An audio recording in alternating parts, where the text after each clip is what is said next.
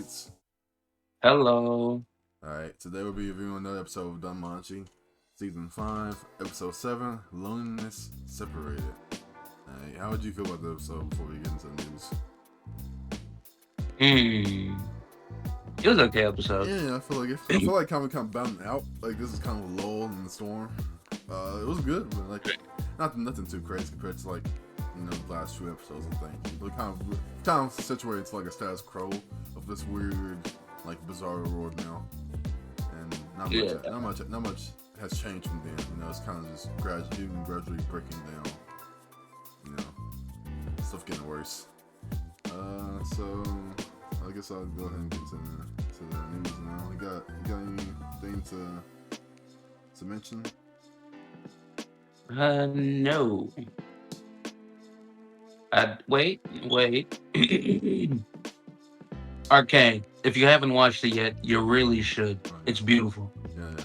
Alright, so first thing is up. Fortnite launches Gundam Requiem for Vengeance Red vs. Blue in-game event.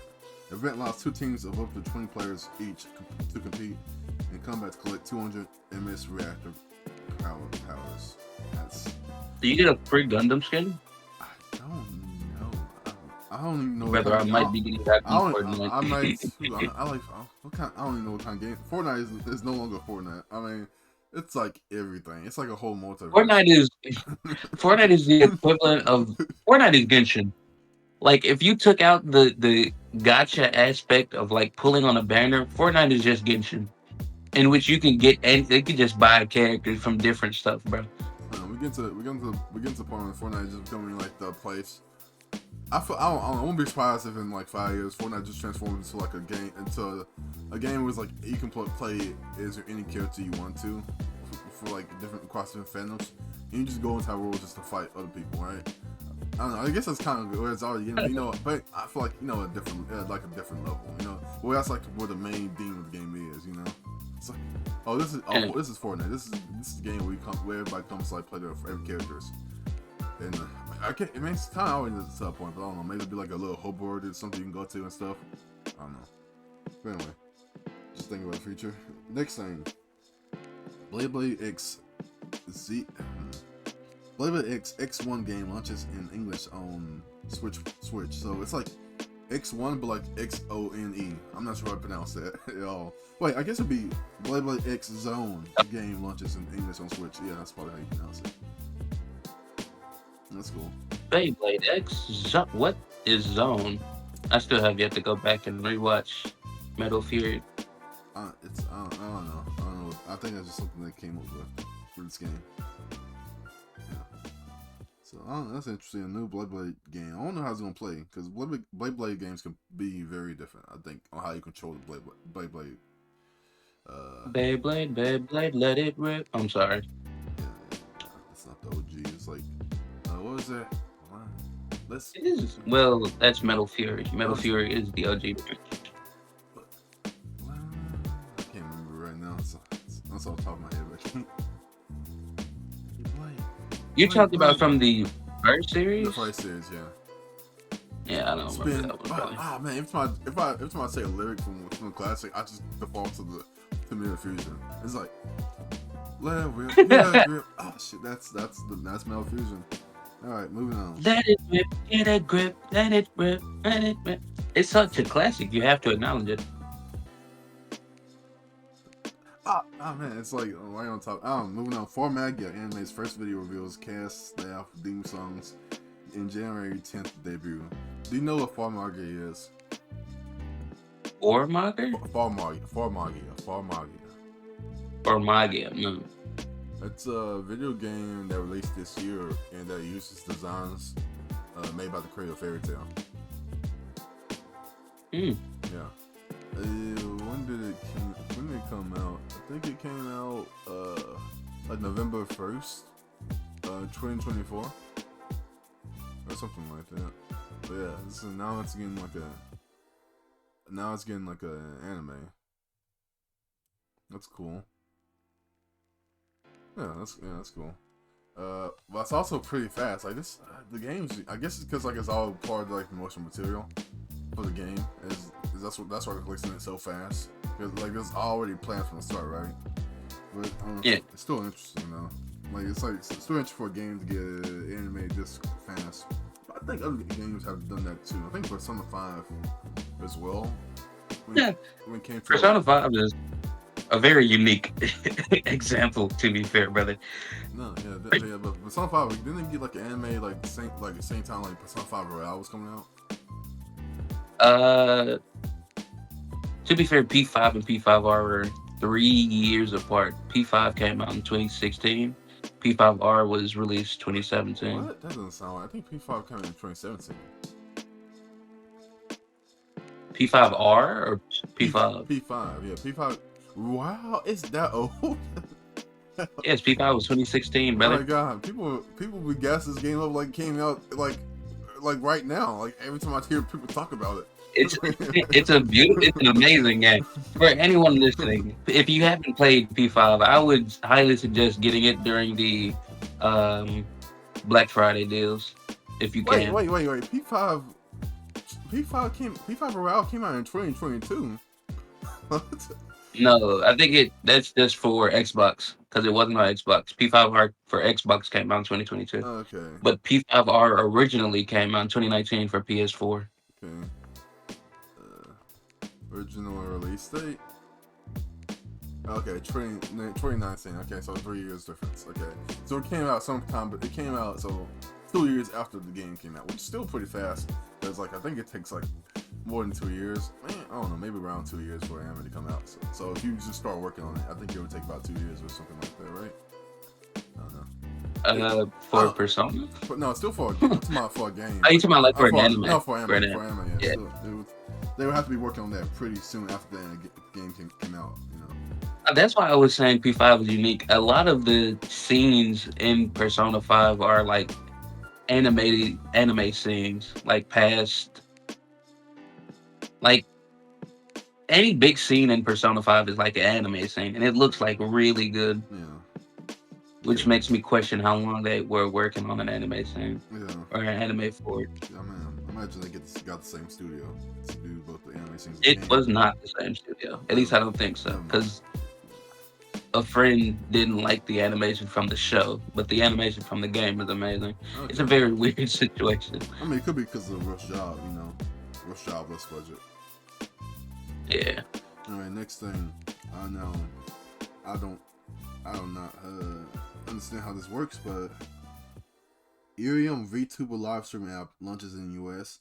I'm not sure what exactly that means. Why would you need a whole app for VTubing? I don't know, maybe, but also maybe it has something. Wait, that's the name? Is it Ilya? No, Irium VTuber live streaming. Oh, app. Irium. I don't know. Yeah, I guess it probably just helps them with like some of the background stuff for VTubing, like the model and stuff like that.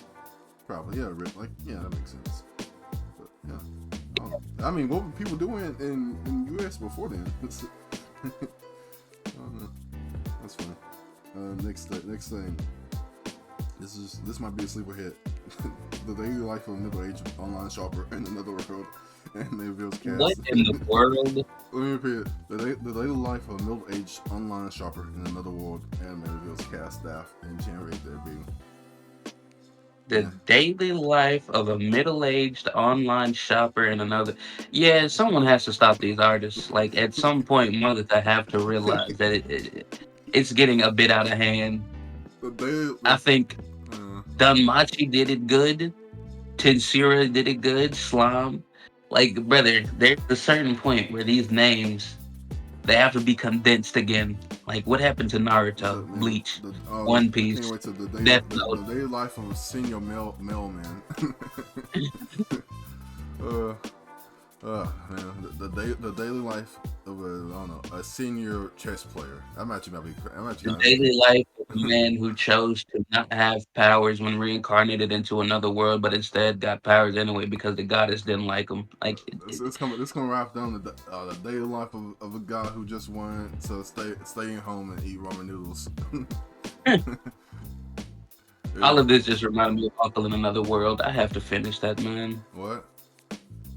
Uncle in Another World, OG-san in Another World. Oh yeah. You know, I wouldn't be surprised if I had a logo title, but I do think that's a full title, Uncle in Another World. Like they all like sometimes you notice even like something like ReZero Overlord, they have this small, they have like a subtitle that nobody ever reads, and like it gets lost in translation. Wait, ReZero has a subtitle? It's like Overlord has a subtitle? ReZero is like ReZero, starting another world from zero or something like that. Oh yeah. And Overlord, I have to look that up sometime. I don't know. Maybe Overlord doesn't have one. Maybe Overlord doesn't have one. Maybe not. But I know like something like Yojo Senki probably does and other stuff. You know, they don't translate it because like nobody's gonna read all that. You know, they slim it down.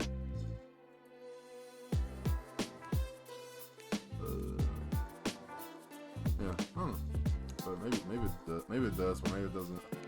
But anyway, I think that's all the news I have for right now. We get right into the episode. So, this episode, not much happens. I think.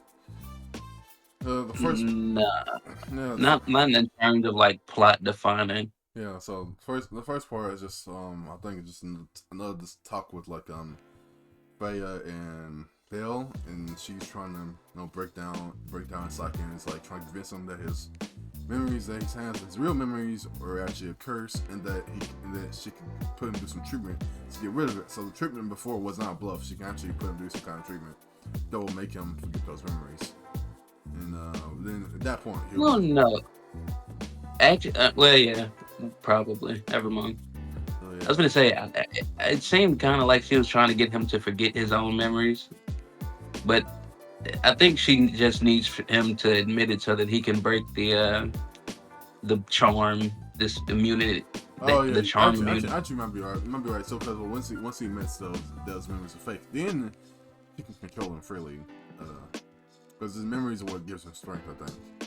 So, and also it's like the memories of Ainz as well, of Ainz Wallenstein also power his Ainz, yeah, Ainz Wallenstein powers is like his ability called Realist Phrase, which allows him to like resist charms, and if he thinks all that is fake, then he'll lose the feelings he has for her, and then she better to break through, charm him, and then have her as a puppet, But yeah, so there's another part where like Hestia goes to see Uranos and tries to get his help, but he refuses. But then he like does this little thing where he tells her like a riddle, like disguised as like something like innocuous, like something like that's not supposed to cause any suspicion. You know what he says? He says something to that. He says. Yeah, I can't remember. It was something confusing. It was something like because it was like completely off topic from what they were originally. Yeah. It's like it's getting cold. It's like the winter is coming, and it's like we need to get plenty of firewood. And it was about firewood. Yeah. It's like he tells Fails to tell Hermes and his children they need to start gathering firewood this year. He if I'm not mistaken, I'm pretty sure he did that for Uranos, the skeleton. I can't remember her name because she was like Frey. It was Frey. No, Fails. It was Frey. His name is Fails. He's a guy. Fails. Well, he was Frey at that moment. So, because you remember. Why am I stumbling over my words today? You remember when he said that he went on that little tangent because it was right after he told Historia that you can't just be talking out loud like this. Don't tell him. What do you mean by Freya? Oh, you talking about Freya? Freya was. I was saying Freya. Freya was like through Faelus. Yeah. She was speaking through him because when he said that about the firewood, Faelus said it like he didn't know, like he didn't remember. He said, "Oh, I remember." That was obviously Freya. Yeah. Freya has really powerful mind control over everybody right now, so she's kind of everywhere in a sense, I guess. So yeah, so that took me way too long to explain. Huh? I was just saying that took me way too long to explain. I just said it in one sense, like Freya is controlling Faelus, so she knows what's going on. So when he uses this kind of cryptic dialogue, he's trying to pass a message along to like Hestia in some way. So it's probably about the hurt that Freya was talking about before. I imagine this hurt probably has some ability like to get rid of curses and charms. and that's why everyone else is telling Hesky about this. Go to the herd, tell her Henry's about the herd, and then y'all can figure out from there. I think that's what's going on right now. But yeah, We will find out soon. and then the next thing is Freya getting all of or top, like, I don't know, general, whatever you want to call them, to discuss how things go with Belle's training. I'm not sure what exactly she's training him for, but probably just, I don't know, I think she just wants to get stronger. I think she's seeing his growth. Because Belle is supposed to be her hero. Yeah, it's kind of, I guess. I think it would make sense if she wants him to be as strong as a god. You've seen Invincible, right? If you're in reference to Mark, that's not a good sign for Belle. No, it was actually in reference to Omni-Man when he says, like, she's kind of like a pet to me. Oh, Lord. I think that's. I think Belle's in that kind of situation where Freya is really treating him like a pet. It's like, oh, how's he doing? Oh, is he doing well? Is he doing all his tricks well? Is he getting better at his tricks? No, I don't think it's like that. But I will say, you were right. She isn't redeemable still, I don't think, but she does have human aspects of her that I guess I just didn't look at. Because because of the latest scenes. Also miss one scene in the beginning where, like, Leon Ryu wakes up and Andromeda, I think it's her, like, eventual title, is, like, telling them they need to make a plan for attack to get back to Terraria. And then. Man, I really fast forward. It's like really fast forward when I talk about that Belle and Freya scene. I guess that's what stood out to me. But but after they tell her about how Belle's progress is going, Hedon steps up to, like, teach Belle again, and Freya allows this. Hedon has some ulterior motive I don't really know, but I think I don't know. I feel like he might have been in love with, like, with the Seer side of Freya, because he mentions, like, what's the plan about Seer going forward, or how are you going to mention her? And Freya's like, let's not talk about her. We're not going to talk about her while she didn't exist. And he's like, okay. So that makes you think he's more loyal to, like, Seer in a sense than Freya. I think he only did it just because Bale asked what happened to Seer. Yeah, but I think also in his mind that he would have preferred if she just became Seer and lived happily with Bale. I think he thinks that would have been better for, like, Freya's happiness.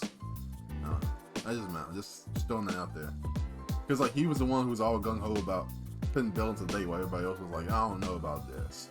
He was the one trying to make it work out and stuff. So I think he was one most invested in seeing Seer be her own person. It's like the own persona. Like, I will say, during this, I still love the fact that my favorite character is rocking with Bale. Hogni. Hogni, yeah. Hogni is rocking with Bale. Like, Hogni actually wants Bale to get strong, bro. Like, we can just keep training Bale. Like, Hogni is actually a cool dude. Yeah, I think Hogni. I think the difference between Hogni and the rest of that, I think Hogni sees Freya as more like a motherly figure than, like, a love interest, and so that's why he doesn't really see Bale as competition. I don't think Alan sees Bale as. Alan has his own thing going on. Yeah, that's Alan's weird thing. I know. Hogni is just. I feel like they all have weird. I feel like they all have different forms of affection for Freya, and I feel like Hogni's affection doesn't, like, really. He doesn't see, like, Belle as a threat today. I don't think anymore. Yeah. But then we get, like, Van talking to Belle, giving him advice about, like, your hand is shaky, but don't try to fix it. Just use that as like a chance to, like, attack somebody who tries to take advantage of that opening. Which is some good advice. And he's like, I think she said that meant that he was getting closer to Bale. That's how he shows affection, by pointing out your flaw aggressively. And also helping him. He's like, He's like, I don't like him as a person, but I can acknowledge that he's strong. Yeah. I'll help him. I'll help him out. So we're getting more into like the Frey family and seeing like they're not all bad people. They're not totally bad. You know, they're like they soften up a little bit. I'm They not. did not explain at all like who the other two Yeah, were. yeah. I'm looking. Like I'm looking they at them. did. I'm looking at them right now. I'm like, they got cool character designs, but I don't think they're important. They might have names in this. They might have names in light novel, but we're not gonna learn them. It's like in this show. Like I can imagine like this. Oh, this is Cynthia and this is William. It's like, well, and then I put like in a passing line. I wonder, man. Now I'm thinking. I wonder how many like names we just never know and like learn in like animes because like nobody ever says them, but they would have been mentioned in the novel. That's interesting. That's interesting to think about. But anyway, so we get past the scene. Then we get the scene we talked about before with Freya and Bill. We already talked about that. So after that comes the scene with what is it, Ottar and Freya? What they talk about in this one? um um wow. Wait, who in Freya? Ottar, like like the captain, the strongest guy. Oh, that's his name? I thought you said Arthur. I was like, No, who is Arthur? no, Ottar, Um Ottar, Ottar. it was I'm pretty sure this was the conversation of Seer. Or yeah, wasn't it Seer? I don't know. Okay, I think he's basically just like. Oh, they're talking about like the two people who escaped. Remember the two people who escaped Andromeda and like Rio? They're talking about how to deal with that. Oh, Yeah. it was okay, I remember now. It Oh yeah, was yeah, General he came to her because they was yeah. surveying the city. Okay. There it goes. I'm gonna like fast forward through And stuff. I'm gonna fast forward through stuff, so we're gonna get to the part where like Ryu confronts Seer or like or Freya, and she isn't able to believe that Freya and Seer are the same person, which makes sense. They act totally different. It was like pretty. It was a pretty good act. It's like it, it was just yeah, that initially confronted Seer. it was interesting that like instead of like Rio eventually like believing her, she eventually just doubled down like, yeah, you're not Sarah. Like, no, I'm never gonna believe you are. Which is kind of refreshing. It's like of course she wouldn't like she probably knew for years, and just to hear that she's a goddess all of a sudden, I feel like it would be kind of unrealistic if she did believe her without some extra proof. It Yeah. it I find it interesting how they did this whole situation because they instead of how she usually is, like how they make her seem cold and calculating, they made it seem like nah, she's not as manipulative or Yeah. as cold hearted as you would think because she reveals that she still has some feelings about Ryu. She still weirdly enough she offers okay like hear me out. Oh She yeah, I offered forgot about the part in time. hold on like this isn't me. This isn't some crazy fantasy. She Freya offers a three-way between her, Ryu, and Belle, and says if she's lucky enough, Ryu can even get pregnant. I was so taken aback in that short moment, I bro. like. No, it's funny. It's like as soon as you say it, she kind of redeemable. She has she like some softness to her. And then you just said some. Then you just said the like most cursed stuff ever. I'm like, this woman is a villain. She is heinous. But she didn't want to actually kill Ryu because she said she has a soft spot for Ryu. So Like, yeah, I'm like, funny enough, I still think she's gonna be redeemable. Like, I wouldn't call her redeemable, but like, I feel like she's gonna give a I, decent shot. I Like, still do not think she's I do I don't I will never think that she's redeemable. after what she said, definitely not. Because he was like, "Yeah, I'm going to mind control him, and then we're gonna take advantage of it." Like, we can do, like it's gonna be cool. It's gonna be cool, right? It's like, you want to join in? It's she's just a whole can of worms, bro. When it comes to morality, But then she's like, oh, but I also don't, I don't, but so like Ryu like disagrees. She's like not gonna go for that, and she's like, all right, I'll lock you up. I won't brainwash you because like I don't want to do that. I care about you too much to brainwash you, but I'm not gonna lock you up forever, So she I think she did try it, but Ryu got out of it somehow. No, she did. She did do it, but then she stopped. She was like, "I don't want to do it. I don't want to do you like that." She stopped on her own. She didn't break out. She just said she didn't want Um, like I don't know something like break her like warp her heart or like a controller or something like that. She didn't. I think she sees brainwashing is like more sadistic than you wouldn't do it normally. So that makes it even worse. Like I don't know. No, yeah, brainwashing is too far. I'll just lock you up. Uh. Yeah, she says defile whole soul. That's what she says. I didn't want to defile whole soul. And which then is insane yeah, because the only reason she hasn't defiled, Bale's soul is because he just can't fall victim to it yet. yeah. We get some stuff with like Alan, his sister, basically knocks her to the ground, which makes Ryu come out, and also tells her to just stay away. And I think in his like I don't know Itachi Sasuke way, he's like trying to keep her safe. uh, I don't think Alan cares about his sister. I think so. Well, I think he cares. I just don't think he's a horrible brother. Yeah, Like that's yeah, he he is. is a horrible big brother. Yeah, and then last two things were like Bill, talking to Freya again, and then she basically says she loves him, and like usual, he gets flustered, doesn't really know what to say, and then she says, "I adore you," which is the same thing Seer says, which makes Bill think of Seer, and then Freya plays off as him talking about another woman in front of her, and Which is boom. weird because I'm pretty sure they already talked about. Well, he didn't talk about Seer with the goddess, but he did talk about Seer with the other members of the Freya family, and they said that they didn't know what Seer. No, well, So why would I she? think she at least knows that's a woman's name. Is what the you're supposed to assume. Yeah. Yeah. And then Bell goes off, and then we get the scene of Horn like, I think she has like this aura, purple aura around Right? her. And yeah, Horn like we get a scene like we also get a scene of Freya looking at the. I thought she was praying. It looked like she was praying I at don't think least. she was crying. She was like it was like I think she was like feeling. Praying, not crying, praying. Oh, I don't think she was praying. I think she was like feeling like Freya's emotions for Bell, and she was like, "No, that doesn't feel good." uh, Horn is fairly redeemable. I could see Horn being redeemed. do you think Horn would become new Seer, like just in general? She would take on the Seer I could persona. see Horn becoming Seer. Yes. Yeah, that's possible. I don't know. I think do we get to see? Do we get to see? Let's see. I'm trying to see what. There's one last scene with Hedden.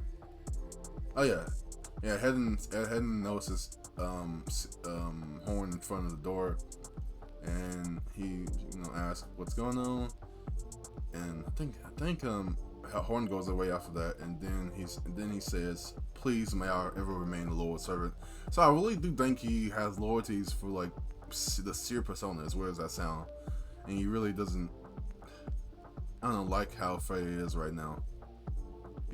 I think he wants to like redeem her. I don't know. That's And I say this just for me. I don't know how you feel, but fuck Hedon. I genuinely don't care about him.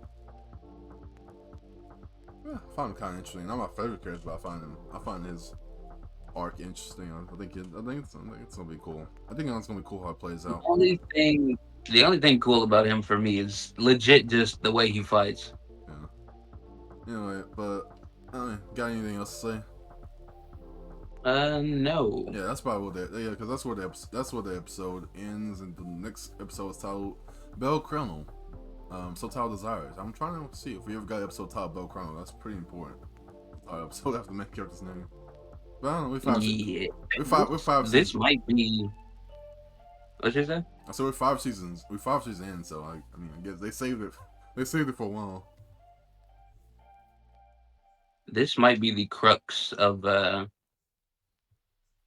the entire situation. Yeah, because they say I this. don't think this is going to be the Yeah. end of it, but Yeah, it's I think it's gonna be. probably going to I think it's gonna be important. start falling apart. Also, I was wrong about Iron showing up. This episode, maybe she will. I do eventually think that's gonna happen.